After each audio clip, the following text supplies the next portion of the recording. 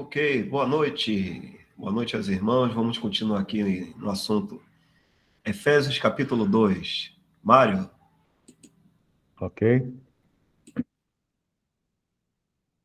O capítulo 1 de Efésios nos apresentou a glória de Cristo. Quem é essa pessoa maravilhosa que é Deus e homem, que se fez homem por amor de nós, e tudo o que ele fez no capítulo 1, nós lemos da sobreexcelente grandeza do seu poder sobre nós, os que cremos, segundo a operação da força do seu poder, que manifestou em Cristo, ressuscitando-o dentre os mortos e pondo-o à sua direita nos céus, acima de todo principado e poder e potestade e domínio, e de todo nome que se nomeia, não só neste século, mas também no vindouro. Quando eu leio essas coisas sobre o nome de Cristo, eu vejo que constrangimento deve ser para o Senhor quando cristãos escolhem, adotam qualquer outro nome para se identificarem. Ou não acham o nome de Cristo de valor excepcional, de valor total, não é? E aí escolhem outros nomes. O nome, eu sou batista, eu sou presbiteriano, eu sou assembleiano, eu sou não sei o quê, eu sou adventista, eu sou aquilo.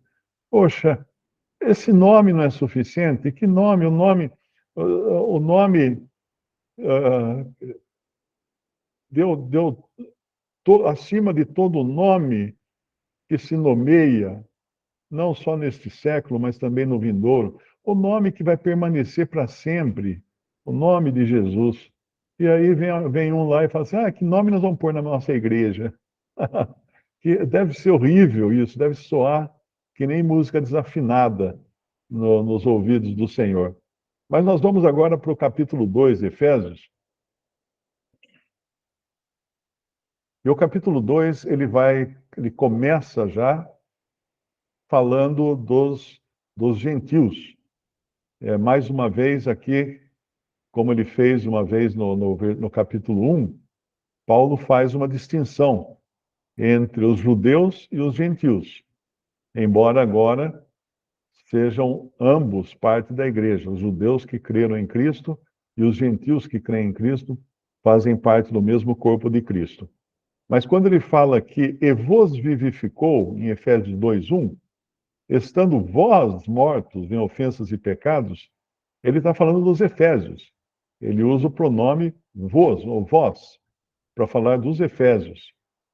Em que noutro tempo andaste segundo o curso desse mundo, segundo o príncipe das potestades do ar, do espírito que agora opera nos filhos da desobediência, entre os quais todos nós, aí agora ele muda aqui o pronome e traz também os judeus, coloca tudo no mesmo saco, na mesma cesta.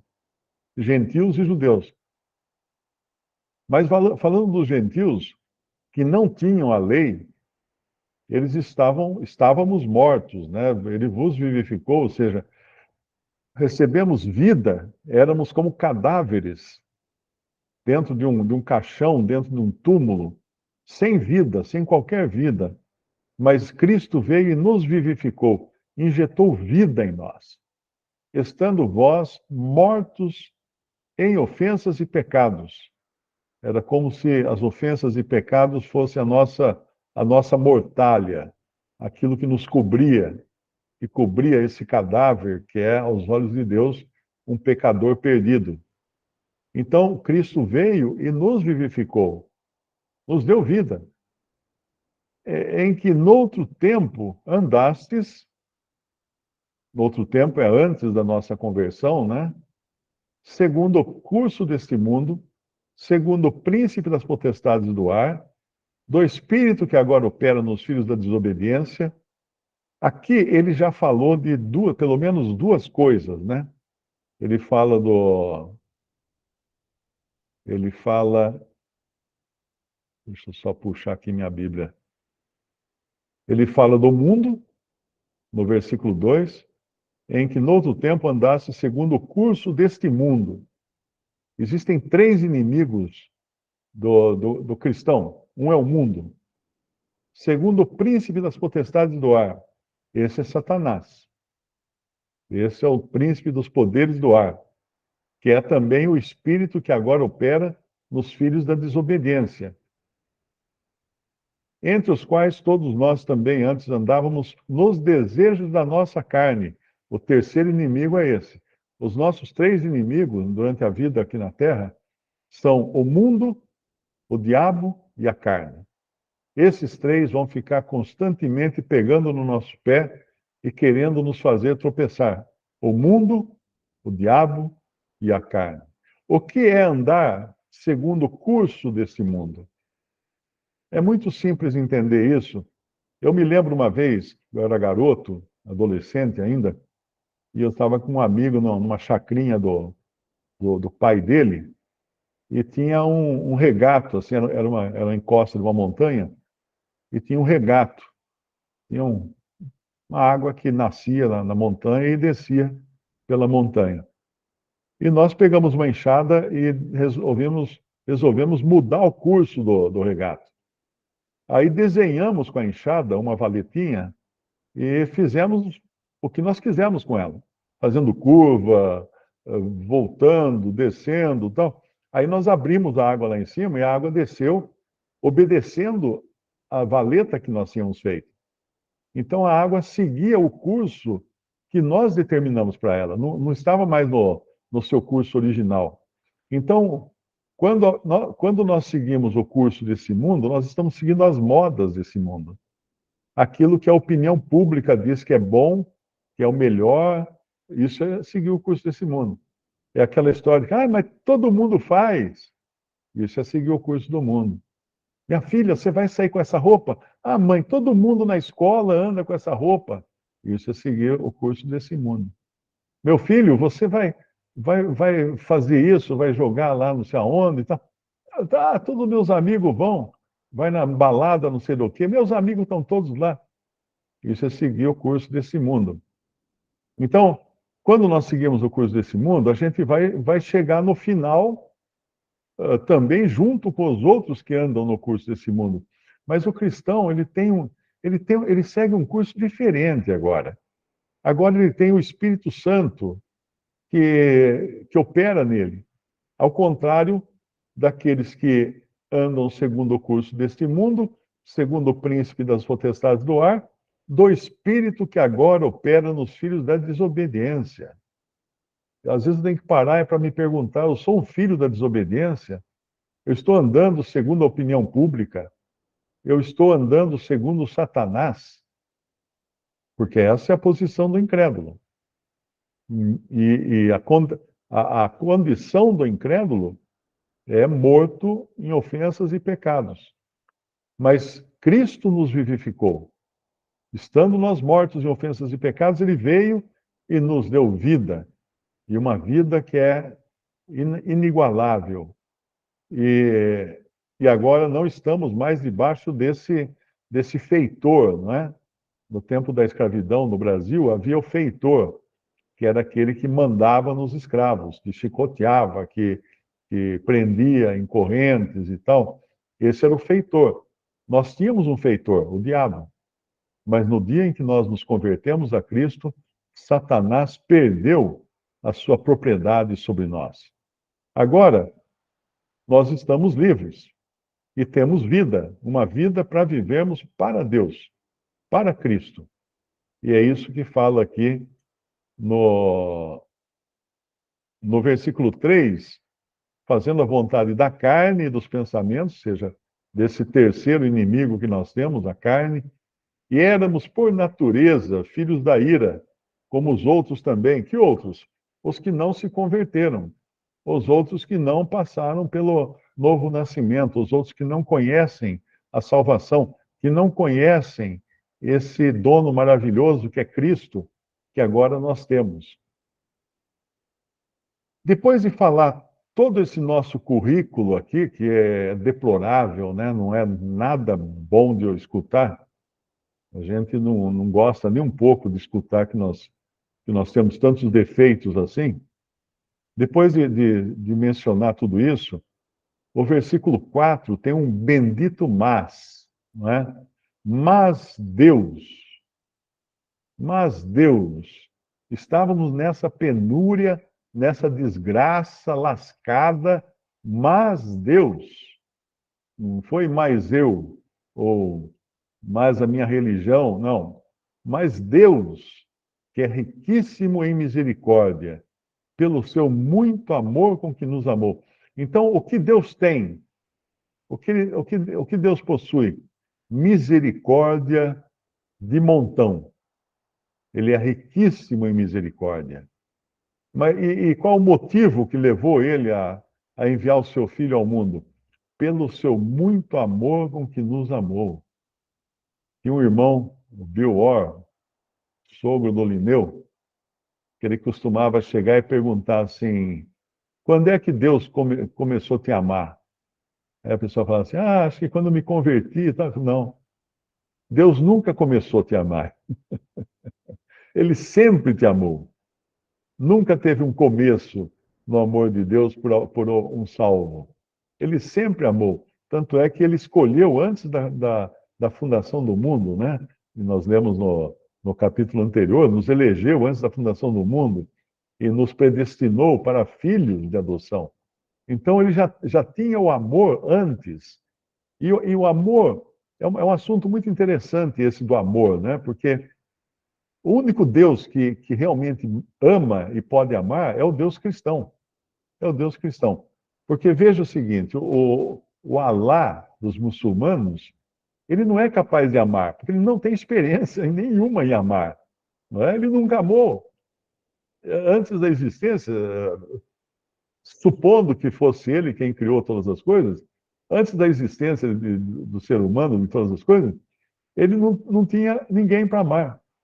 Agora, o Deus cristão, ele é um Deus triuno. São três pessoas: Deus Pai, Deus Filho e Deus Espírito Santo.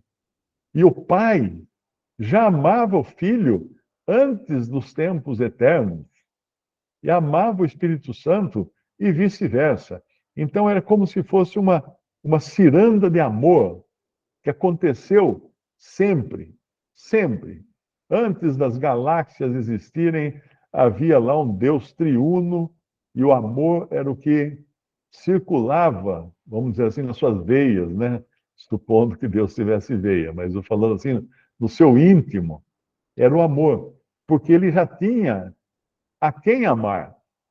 Deus amou o seu filho, Jesus, antes de todas as coisas. Então, esse Deus é amor porque ele realmente tem experiência em amar. Ele tem uma eternidade de experiência em amar, porque ele sempre amou. Ele sempre amou. A natureza dele é amor. E a natureza dele ser amor só poderia acontecer em um Deus triuno, um Deus que não é um Deus solitário, um Deus não é um Deus que vivesse na eternidade sozinho, sem ter a quem amar. Deus já amava antes mesmo de existir as suas criaturas. E ele também, riquíssimo em misericórdia. Esse é um outro atributo de Deus, aqui no versículo 4, riquíssimo em misericórdia. O que é misericórdia? Isso é importante entender. Misericórdia é Deus não nos dar o que nós merecemos. Isso é misericórdia. E o que é graça? É Deus dar o que nós não merecemos. O que nós merecíamos, Deus não quis nos dar, que era o juízo eterno. O que nós não merecíamos, Deus quis nos dar, que é a salvação eterna. Isso é graça. Isso é graça. Misericórdia e graça são dois atributos que pertencem a Deus e dos quais nós usufruímos.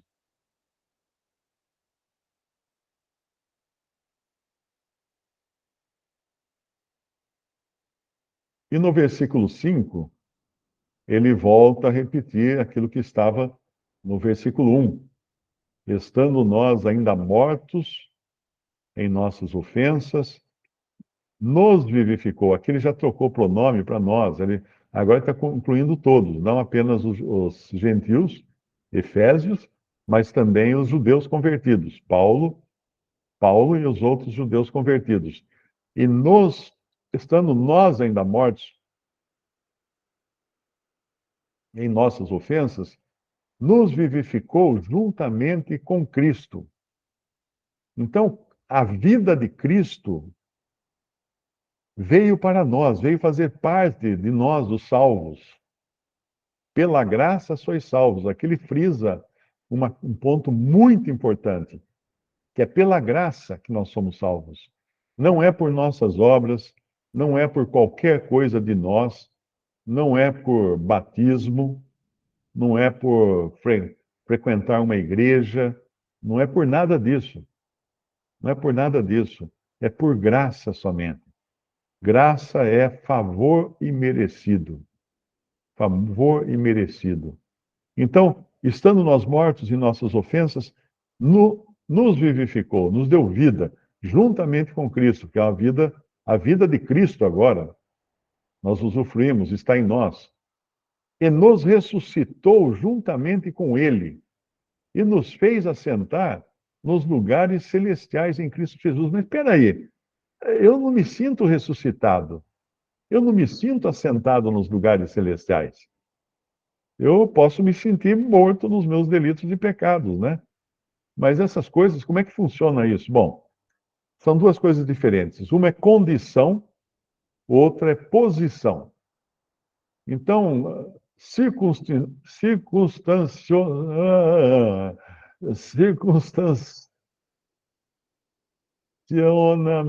Ai, esqueci o nome, o jeito que fala agora. Nas nossas circunstâncias, nós vivemos ainda num corpo de carne, um corpo que sofre, um corpo que peca, um corpo que vacila, um corpo que chora, que se alegra às vezes. A nossa circunstância é essa, é a nossa condição. Mas a nossa posição, posicionalmente, eu vou tentar falar não vou conseguir. Circunstancialmente, Mário? Hã? Circunstancialmente? Circunstancialmente, acho que é isso que fala, viu? Deixa eu conferir aqui no dicionário, não, se é esse o jeito de falar. Vamos ver, vai. Puxa vida, agora travou a língua aqui.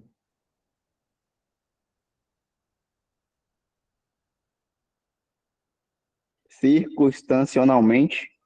Circunstancialmente. Circunstancialmente. É uma coisa que é circunstancial ainda. Ela não é definitiva.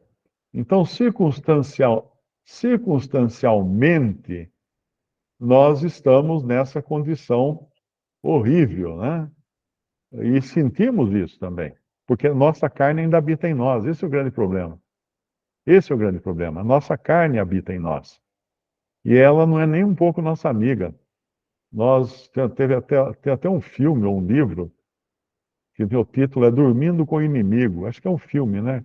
Que a moça tem que conviver com o marido que é um criminoso e ela não sabe, ele esconde isso. Então, dormindo com o inimigo, nós dormimos com o inimigo, a nossa carne. Ela não é nossa amiga de jeito nenhum. Então, nas circunstâncias nossas, nós estamos ainda numa situação bastante ruim. Mas, posicionalmente, que é o contrário, né, da circunstância, a nossa posição é diferente da nossa condição. A nossa condição é ruim, mas a nossa posição é da melhor possível, não existiria melhor. E como nós vamos entender isso? Pensa num rei, um rei que foi deposto, né? Foi tirado do governo do seu país, precisou fugir para outro país, fugiu para o exílio, né?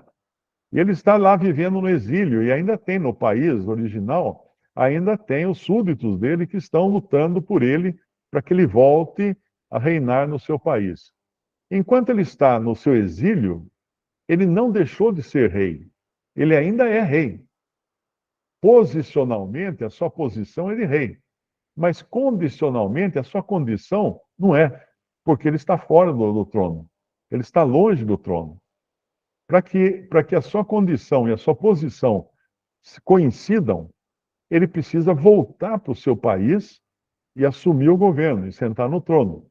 Aí ele está perfeitamente entronizado e está completo. Nós hoje vivemos assim.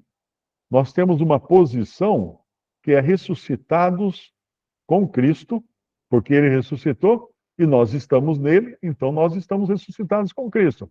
E estamos também assentados nos lugares celestiais em Cristo Jesus. Ele olha para nós e nos vê assentados nos lugares celestiais, em Cristo, porque nós estamos em Cristo. Lembra do capítulo 1, quando nós lemos que bendito Deus e Pai, no versículo 3, e nosso Senhor Jesus Cristo, o qual nos abençoou com todas as bênçãos espirituais nos lugares celestiais em Cristo.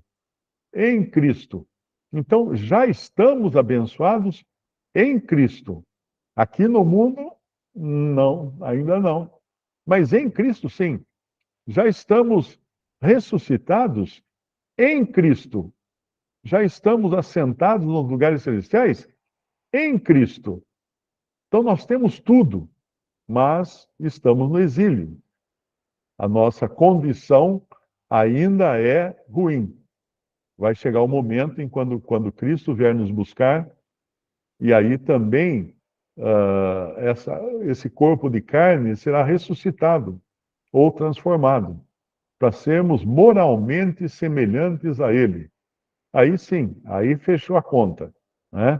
Aí estaremos perfeitos com Cristo em todos os aspectos, não apenas vivendo na carne aqui e com o nosso coração vivendo lá na presença dele. Então, no versículo 6, nos ressuscitou juntamente com ele, nos fez assentar nos lugares celestiais em Cristo Jesus. Essa é a posição do crente. Essa é a posição do crente. Hein? Lembre-se disso. A nossa posição. A fé, nós pela fé, ele vai falar mais adiante agora da fé, né? No versículo 7, ele fala qual a razão de Deus ter sido gracioso para conosco e ter nos tirado daquela lama em que estávamos mergulhados. Versículo 7 fala: para mostrar nos séculos vindouros as abundantes riquezas da sua graça pela sua benignidade para conosco em Cristo Jesus. Então vai haver um dia quando o Senhor vai exibir os salvos. Tem até um versículo que fala isso. Se não me engano, é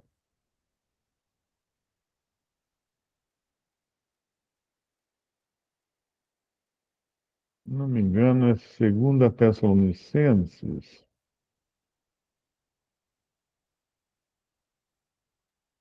É, 2 Tessalonicenses, capítulo 1,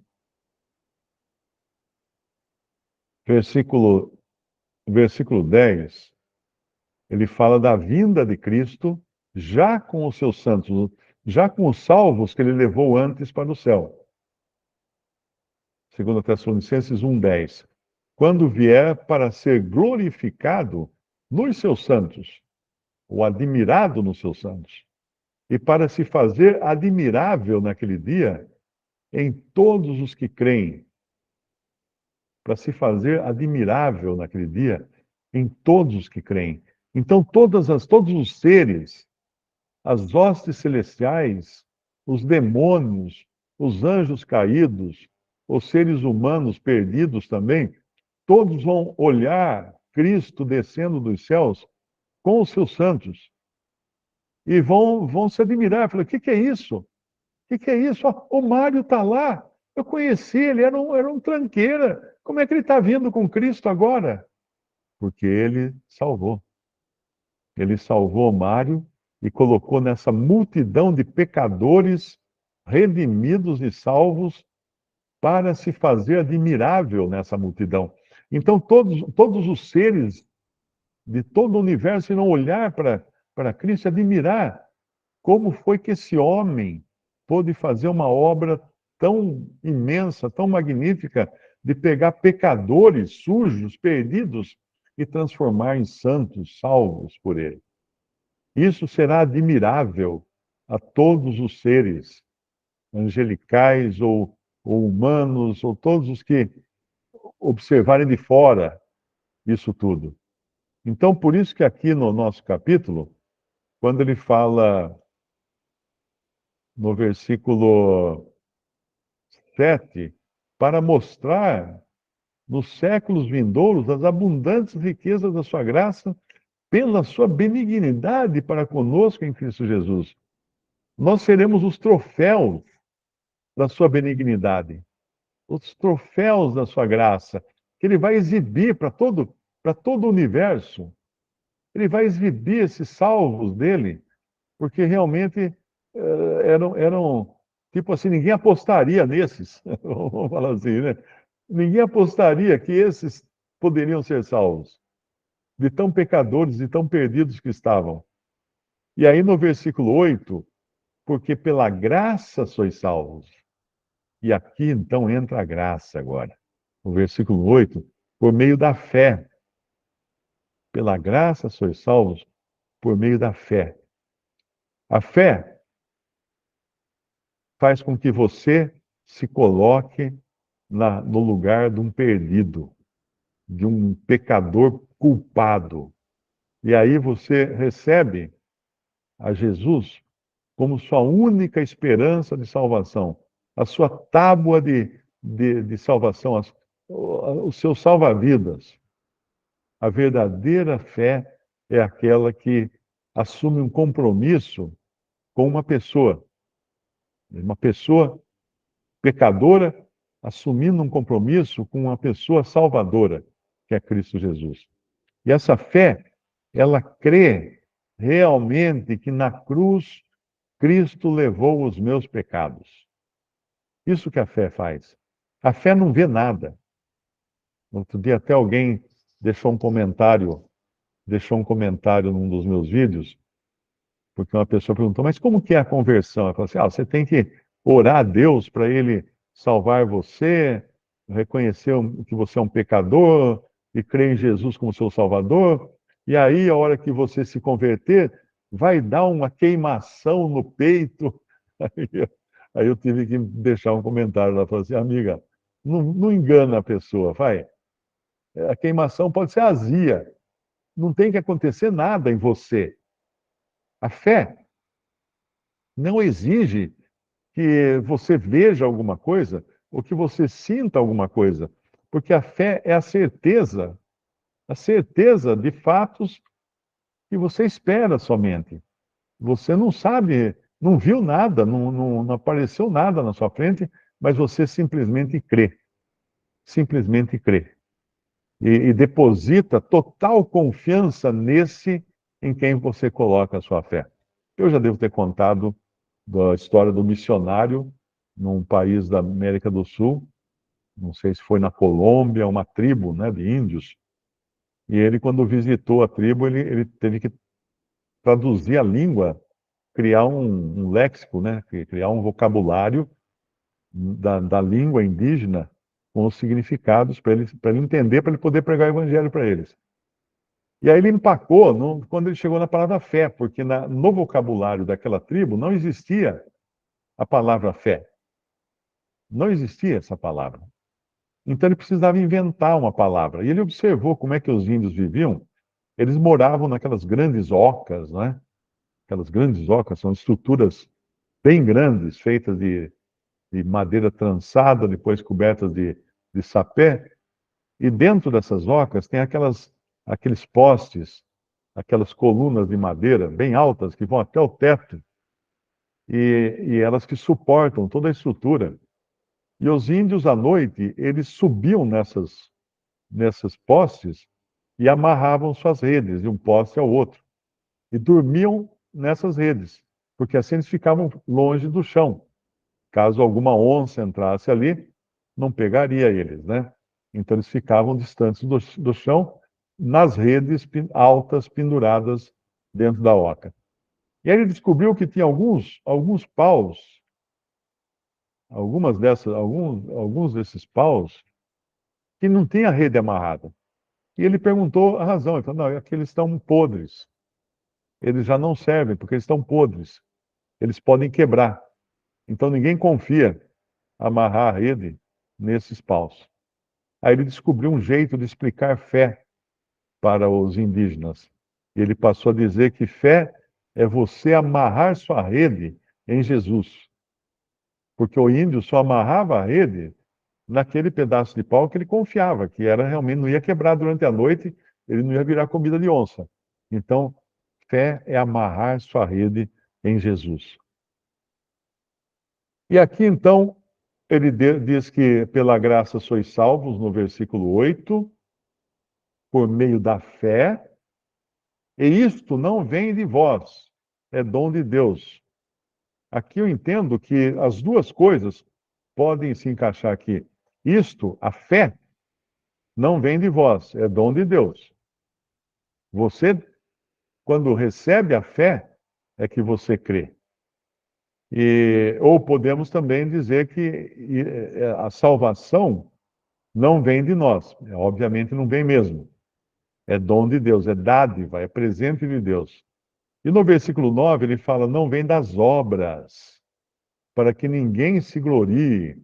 Muitas vezes nós pensamos que obras são caridade, né? Ah, dá esmola para os pobres, isso que é obra. Mas pouca gente percebe que a religião está cheia de obras que são ensinadas como meio de salvação. Por exemplo, o batismo. O batismo é uma obra. Tem muitas religiões, muitas denominações cristãs que dizem que você só pode ser batizado, você só pode ser salvo se for batizado. E isso não tem. O Senhor Jesus falou, né? Quem crer e for batizado será salvo. Quem, porém, não crer será condenado. Ele não falou quem não crer e não for batizado. Quem não crer. Então a salvação depende de crer, não de ser batizado. Ser batizado é necessário, mas não é suficiente. Não vai comprometer a salvação. A fé, o crer, é o que realmente salva. Então, muitas religiões dizem que você tem que ser batizado para ser salvo. Tem outras que dizem que você tem que ser membro de uma igreja para ser salvo. A Igreja Católica é assim. O catolicismo ensina que não existe salvação fora da igreja Católica, porque a Igreja Católica tem os sacramentos. Aquela história que eles inventaram de que a hóstia vira corpo de Jesus e o batismo também é um sacramento do catolicismo, mas não tem isso. Ser membro de alguma igreja não salva ninguém, porque a salvação é pela fé em Cristo, naquele que morreu. É Ele que morreu, Ele que ressuscitou. Então não é uma igreja que morreu e que ressuscitou, é Cristo. E tem uma outra coisa: quando você entende que a igreja é o conjunto dos salvos, como é que eu poderia confiar que uma igreja pode me salvar? Porque ela é formada por salvos. Então eu estaria dizendo que as pessoas salvas é que irão me salvar. Ridículo isso, porque são pessoas que foram salvas, são pessoas que foram beneficiadas pelo sacrifício de Cristo. O único sacrifício que pode nos limpar de nossos pecados. Aquele que teve o sangue derramado na cruz e que ressuscitou ao terceiro dia. Outros vão dizer que se você não frequentar, que tem que ser membro de uma igreja, senão está perdido. E depois de ser membro, tem que frequentar também a missa, o culto, senão você não é salvo. Mais obra. Percebe que tudo isso é obra? Batismo, se tornar membro de alguma denominação, de alguma religião, ir na missa, ir no culto, é tudo obra. E já foi dito que não somos salvos pelas obras, pela graça. Depois, outros vão falar que se você não participar da ceia ou da comunhão, como chamam os católicos, também você não tem Cristo, você não é salvo. Outra obra. É uma obra também, e ficou muito claro que não vem das obras. A salvação é pela fé e não vem das obras. No versículo 9 fala, não vem das obras para que ninguém se glorie. Depois outras vão falar que você tem que guardar os 10 mandamentos ou guardar o sábado. Mais obras, são obras, são obras. Outros vão falar que você tem que viver de acordo com o Sermão da Montanha. Obras, outra vez obras. Outros vão falar que você tem que dar o dízimo, ou que você tem que dar ofertas na igreja. Obras. Ou tem que ser uma pessoa boa, se esforçar ao máximo para ser boa. Obras outra vez. Viver uma vida respeitável, moral, tal. Obras. Percebe que tudo isso que dizem para você são obras. Ontem eu recebi uma mensagem de um que perguntava assim: eu tenho uma mercearia, e na minha mercearia eu vendo bebida alcoólica. Será que eu vou para o inferno? Olha a dúvida dele. Que triste, né? Porque o pastor de alguma igreja vai falar que vai para o inferno. Aí eu perguntei: se fosse assim, como ficaria aquele que transformou água em vinho? Hum? Se vender bebida alcoólica no seu estabelecimento, ele tem uma mercearia. Ele não tem um boteco para pinguço lá. Ele tem uma mercearia que vende arroz, feijão, macarrão, cerveja, vassoura, sabonete, sabão em pó. É uma mercearia. Então, como ficaria aquele que transformou água em vinho? Né? Joguei a pergunta para ele que entenda a resposta, né? Então, muitas coisas são impostas como sendo meio de salvação e não são, porque só tem um meio de salvação, pela fé em Jesus Cristo, amarrando a sua rede no único poste que é confiável, Jesus, que não vai falhar quando vier o vendaval, não vai cair, a onça não vai chegar lá. É nesse que nós amarramos a nossa confiança completa e total. Versículo 9, então, não vem das obras, para que ninguém se glorie. Por que não é? Porque lá em Romanos, não é um versículo mais, vai. Romanos capítulo 11, olha que interessante. Romanos capítulo 11, versículo 6, diz assim: mas se é por graça, já não é pelas obras. Mas claro que isso não tem jeito, não. Se é por graça, já não é pelas obras. De outra maneira, a graça já não é graça. Se, porém, é pelas obras, já não é mais graça. Se de outra maneira, a obra já não é obra. Eu convido você para jantar na minha casa. Vai lá, vai ter um churrasco lá em casa, tudo. Mário, preciso levar alguma coisa? Não, não, não. Tudo de graça. Você vai, né? Boca livre, né? Chega lá, entrou, comeu, encheu o prato de carne, está todo contente. Aí eu ponho uma conta na sua mesa. Essa aqui é a conta, faz um Pix. Mas você não falou que era de graça? É, mas não é uma graça tão graça assim. Então, se é por graça, já não é pelas obras, já não é pelo Pix, já não é, não precisa de pagamento, é por graça, é de grátis, é de grátis. E outra passagem também está em Romanos 3, versículo 27, e tem a ver com a nossa passagem, quando fala não vem das obras para que ninguém se glorie. Porque em Romanos 3, 27 diz assim: onde está logo a jactância? É excluída. Por qual lei? Das obras? Não, mas pela lei da fé. Porque se fosse por obras, qualquer um podia se jactar, se vangloriar. Não, eu fiz, né? Teve um que escreveu que não aceitava que o salvo tinha sido eleito antes da fundação do mundo. Ele dizia que precisava ele ter escolhido a Cristo para poder ser salvo. Eu respondi, tá bom, então se você chegar no céu, avise lá então que você chegou ali, porque você escolheu a si mesmo. Aí eu coloquei aquele versículo de João, né? Não, todo aquele que o Pai me dá, virá a mim. e o que vem a mim de maneira nenhuma jogarei fora. O Pai dá a Cristo quem vai ser salvo. Pensa assim, é o Pai, começa no Pai a obra da salvação. Ele dá a Cristo aquele que vai ser salvo. Como é que alguém vai conseguir chegar no céu e falar, não, eu estou aqui porque eu realmente me escolhi, eu me elegi, eu ganhei a eleição, né?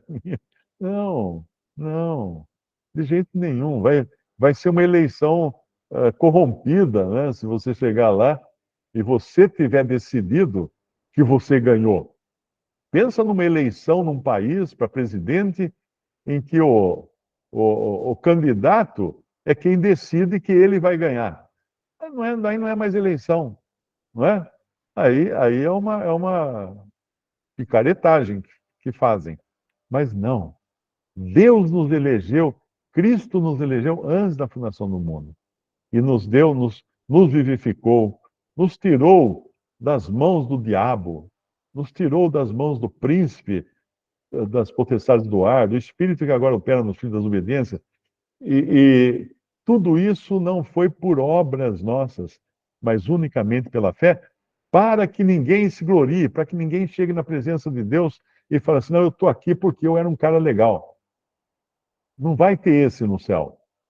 No céu não vai ter ninguém chegando lá com um currículo de cara legal. O currículo de todos os que estarão lá no céu é o mesmo de Romanos 3, né? Não há um justo, nem sequer um. Não há quem faça o bem. Podemos até ler lá em Romanos capítulo 3. Olha o currículo. Olha o currículo do ser humano. Capítulo 3, versículo 10. Como está escrito, não há um justo, nem sequer um. Não há ninguém que entenda, não há ninguém que busque a Deus. Mas então como que eu vou ser salvo se eu não buscar a Deus? Você precisa primeiro receber vida, pela palavra de Deus e pelo toque do Espírito Santo, que vai colocar vida em você, vai fazer você nascer de novo para você crer no Evangelho e ser salvo. Não há ninguém que entenda, não há ninguém que busque a Deus. Todos se extraviaram e juntamente se fizeram inúteis. Não há quem faça o bem, não há nenhum só, nenhum só. A sua garganta é um sepulcro aberto, com as suas línguas tratam enganosamente. Peçonha, veneno de áspides, de cobra, está debaixo dos seus lábios, cuja boca está cheia de maldição e amargura. Os seus pés são ligeiros para derramar sangue. Em seus caminhos há destruição e miséria, e não conheceram o caminho da paz. Não há temor de Deus diante de seus olhos. Isso aqui sou eu, no meu estado natural. Como é que eu ia querer entrar no céu com um currículo desse? Apresenta o currículo aí, Mário. Olha, senhor, não está lá grande coisa, não. Eu sou tudo isso aqui. Percebe? Então é uma loucura, é uma insensatez muito grande alguém achar que pode ser salvo pela sua maneira de viver, pelo seu andar, pela sua bondade própria, pela sua caridade, pela sua religião, pelo seu dízimo, pelo seu guardar da lei, do sábado, seja lá o que for. Não vai, não vai. Voltando então para Efésios capítulo 2, não vem das obras para que ninguém se glorie. Ah, então acabou aí? Não, não. Porque nesse ponto que alguém fala assim, então é só eu crer, posso cair na gandaia, né? Posso viver do jeito que eu quero? Não. Se você realmente creu, no versículo 10 ele explica, porque somos feitura sua, criados em Cristo Jesus para as boas obras, as quais Deus preparou para que andássemos nelas. Ah, então fomos salvos com um propósito. Fomos salvos por um propósito. E a salvação foi pela fé em Cristo somente. Não é? Porque se eu fosse salvo por mim mesmo, minha boa conduta, pela minha religiosidade, eu poderia me exaltar e me colocar na condição de Deus. Porque só Deus pode salvar.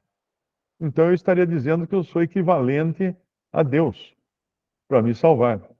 Aí eu ficaria idólatra. Eu seria um adorador de mim mesmo. Em, em Isaías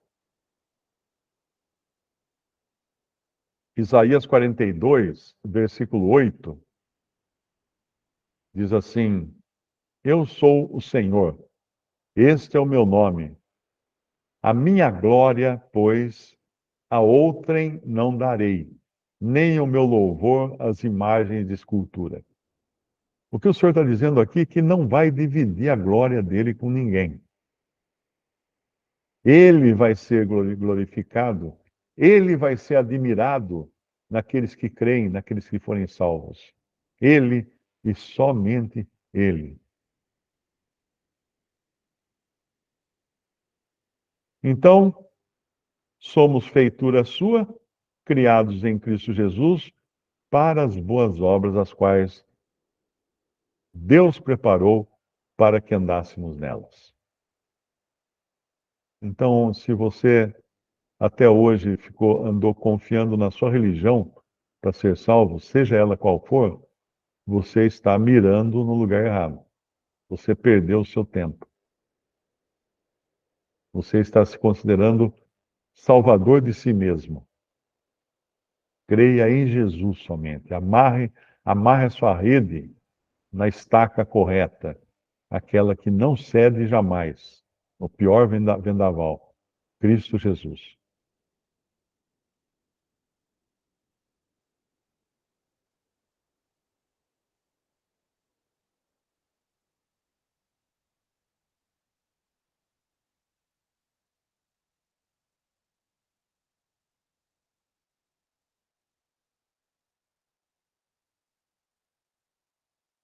Eu não sei se tem alguma pergunta aqui. O Alexandre colocou um versículo muito bem lembrado aqui.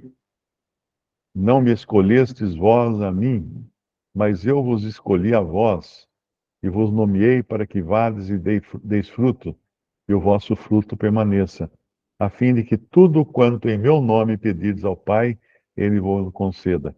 João 15, 16. Exatamente, é isso aqui. Começa em Deus escolhendo. Deus escolhe, Deus nos salva, Deus nos nomeia, Deus nos envia para dar frutos. E é para a glória dele. Tudo vai ser para a glória dele. A Edna perguntou como entender a necessidade de orar pela salvação de alguém, sendo que é o Senhor quem escolhe.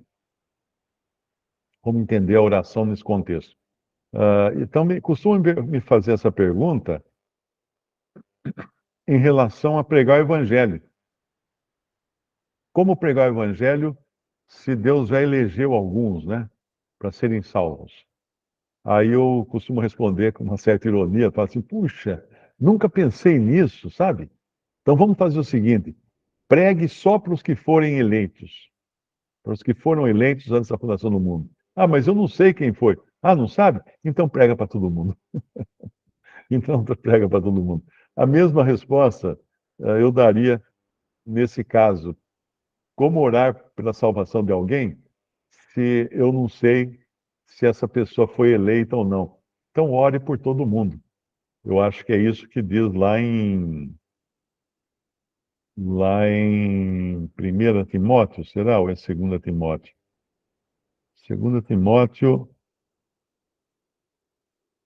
capítulo. Não, é 1 Timóteo. 1 Timóteo, capítulo 2, que diz assim: Admoesto-te, pois, antes de tudo, que se façam deprecações, ou seja, pedidos, né, de orações, intercessões e ações de graças por todos os homens, pelos reis e por todos os que estão em eminência, para que tenhamos uma vida quieta e sossegada em toda piedade e honestidade. Porque isto é bom e agradável diante de Deus, nosso Salvador, que quer que todos os homens se salvem e venham ao conhecimento da verdade. Então, o nosso dever é orar por todos, Ah, não, não vou orar por aquele candidato a presidente porque eu não gosto dele. Se ele subir no posto de presidente, ore por ele. Ah, mas eu não vou com a cara. Ore por ele. Deus não ia com a sua cara também. Viu lá o que foi dito do, do currículo de cada pecador? Você acha que Deus ia com a cara de qualquer um de nós aqui? Não, nunca, jamais. Porque todos nós estamos em falta, né? Não há quem busque a Deus, não há nenhum sequer. Todos se extraviaram. A uma fizeram-se inúteis. Você tem que passar a vida cantando aquela música. A gente somos inútil, a gente somos inútil. Isso que é o ser humano aos olhos de Deus. Mas ele, por amor, quis nos salvar. E agora nós oramos pelos que ainda não foram salvos, ou talvez até já tenham sido salvos, todos os homens. Todos os homens. No versículo 1 falou, pelos reis, podemos colocar aqui também presidentes, governadores, diretores, por todos os que estão em eminência, ou seja, poderes, estão no poder, são autoridades, né, policiais e tudo mais, professores, para que tenhamos uma vida quieta e sossegada em toda piedade e honestidade. Então nós devemos orar sim por todos.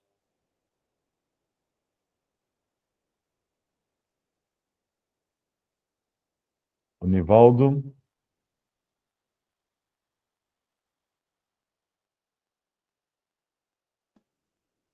Ô, irmão Mário, no que tange aí É, a, a oração, não tem uma qual a passagem na Bíblia que diferença? não fala que a gente não deve, quer dizer, tem pecado que é para a morte, né? Que esse a gente aconselha que não deve orar, né? Realmente, lá em Tiago fala isso, né? Não, não é Tiago, é João, na carta de João. E, então, realmente, se você vê aquilo é um crente, né? É um crente, vamos abrir o versículo, vai. Ah, ou será que é Tiago? Agora não lembro. 1 João 5, mano. É 1 João. 1 João, capítulo 5. Se alguém vir pecar seu irmão, pecado que não é para a morte, orará, e Deus dará vida àqueles que não pecarem para a morte. Há pecado para a morte, e por isso não digo que ore. Toda iniquidade é pecado, e há pecado que não é para a morte. Agora, como saber? Bom, nós temos alguns exemplos na Bíblia. Um exemplo é aquele de 1 Coríntios 5, do rapaz que estava dormindo com a própria madrasta. Aquilo era um pecado para a morte, tanto é que Paulo fala que deveria ser entregue a Satanás para a destruição da carne, para que o seu espírito fosse salvo no dia do Senhor. Então aquele rapaz iria morrer. Ele iria morrer. Então, era um pecado para a morte que ele estava praticando. Então, outros que nós encontramos Paulo entregando a Satanás também, eram por causa de blasfêmia. Por blasfêmia ou por... como é que ele chama lá em... Má doutrina. Uma doutrina, porque eram coisas tão contaminantes, tão perversas, que levaria outros também a caírem naquilo. Então, alguém que está pecando de maneira a fazer com que outros também pequem, eu creio que isso é um pecado para a morte. E na Assembleia em Corinto, em 1 Coríntios 11, ali fala daqueles que estavam tratando levianamente a ceia do Senhor. Estavam tratando da ceia como algo sem importância. Aí, por isso que Paulo fala, por isso que aqueles que não... 1 Coríntios 11, vamos lá.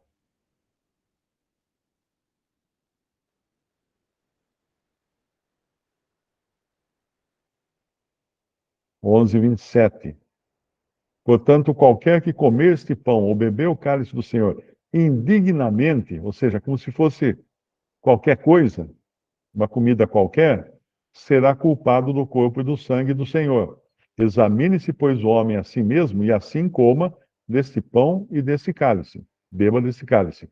Porque o que come e bebe indignamente, come e bebe para a sua própria condenação, não discernindo o corpo do Senhor.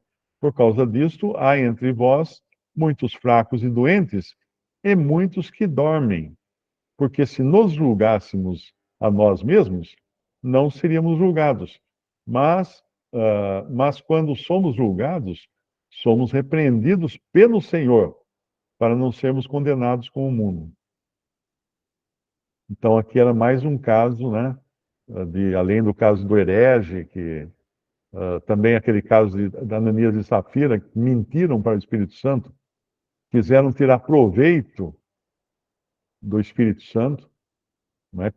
Dizendo que entregaram um determinado valor lá para os apóstolos, quando na verdade tinham vendido o imóvel por um outro valor.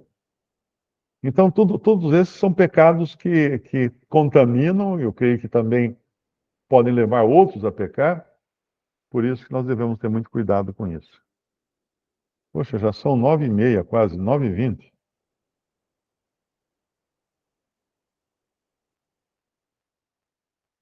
O Diego perguntou qual a diferença das promessas para os salvos do Antigo Testamento e as promessas da igreja no céu para ambos. Bom, no Antigo Testamento, a promessa deles não passava do chão, porque Deus prometia vida se não pecasse. Quem cumprisse a lei e não deixasse de cumprir nenhum ponto da lei não morreria. É claro que ninguém conseguiu, né? Só o Senhor Jesus conseguiu. Porque senão teria gente no Antigo Testamento andando nas ruas ainda. Então, quem cumprisse a lei viveria pela lei. Mas ninguém conseguiu. E a promessa toda para o Antigo Testamento era na terra. Eram de abundância na terra, de prosperidade na terra, de saúde, de muitos filhos, de muita riqueza, tudo na terra. Não tinha promessa celestial para eles.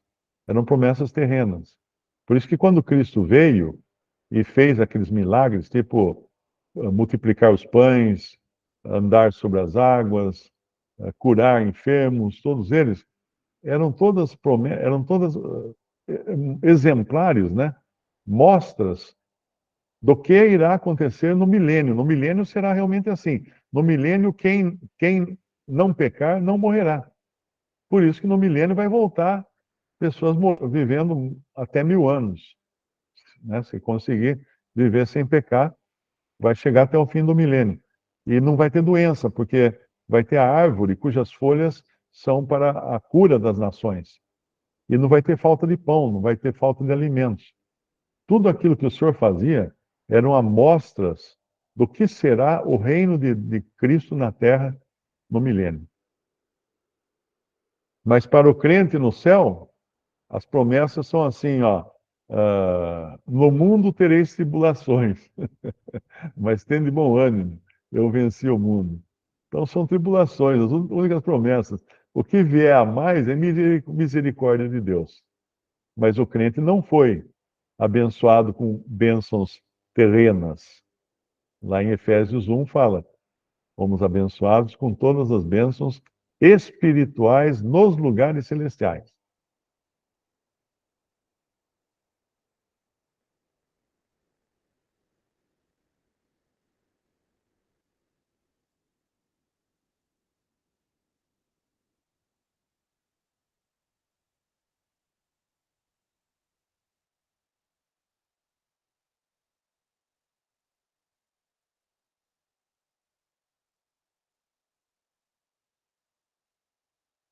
Bom, até aí,